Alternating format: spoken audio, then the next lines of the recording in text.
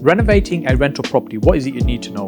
Well, when it comes to refurbishment, we categorize them into three ways. We talk about a light refurbishment, and a light refurbishment being we're going to redecorate the property. We might be changing the floor coverings, i.e. laminate floor, lino, carpets. It may be that we're going to change a kitchen, a bathroom, in the property as well, but generally not much more than that. That we would consider a light refurbishment. Then a medium refurbishment, we would then maybe go a little bit further. For example, upgrade the central heating, change the windows. There might be some rewiring work, some additional work as opposed to a full rewire doing on the property when it's starting to rip a few more things out. Kind of heavy refurbishment, what we tend to do is categorize those where we pretty much strip the property back into brick. So it goes back to bare brick that we've got the property, and it might be we're also doing an extension on that. It may be doing a loft conversion on that, maybe a dormer at the back of the property as well. And so we're extending the volume but gutting the property, and pretty much once it's finished, it's a brand new property. When we think about our refurbishments in those three ways, when we're looking at a potential property, we need to think about how much work are we looking to do and what category does it fall into.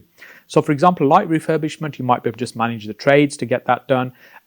And then when you start into a medium refurbishment, it may be you managing individual trades, or it may be you now give that whole project to one person.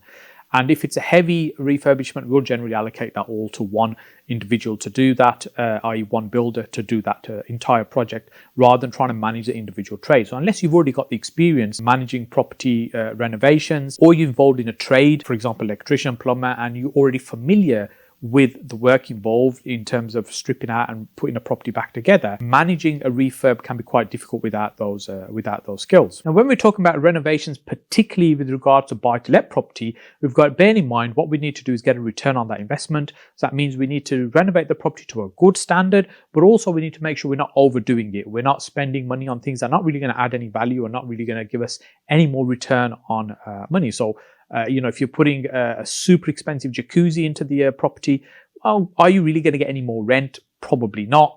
Is the property going to be worth any more money? Probably not. Is it nicer, desirable? Yes, probably. So we got to think about a balance in terms of how much we're spending versus what our return will be as well. And some of this depends on the location, the geographic location of the property, and also the type of tenant that you want to attract to that property as well. So whether you're going for an entry-level budget type product, or whether you're going for something that's a little bit more superior, an executive type product where you want to command a higher rent and attract a certain type of tenant.